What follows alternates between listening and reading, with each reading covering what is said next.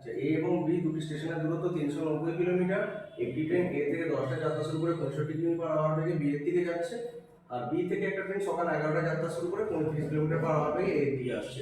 কখন তারা মিলিত হবে?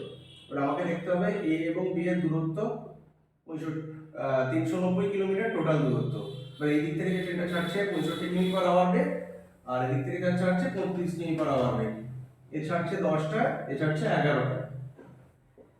কিন্তু আমাকে একটা জিনিস দেখতে হবে, বি যখন ছাড়লো 11টায় ততক্ষণ কিন্তু এর ট্রেনটা 1 ঘন্টায় 65 কিলোমিটার পথ চলে আসবে।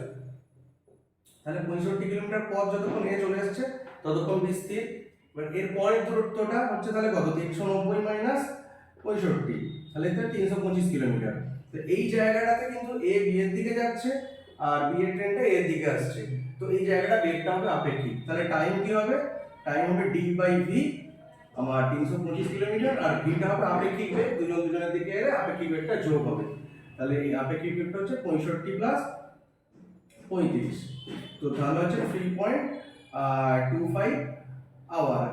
এটা মানে হচ্ছে তোমার 3 আওয়ার 15 মিনিট।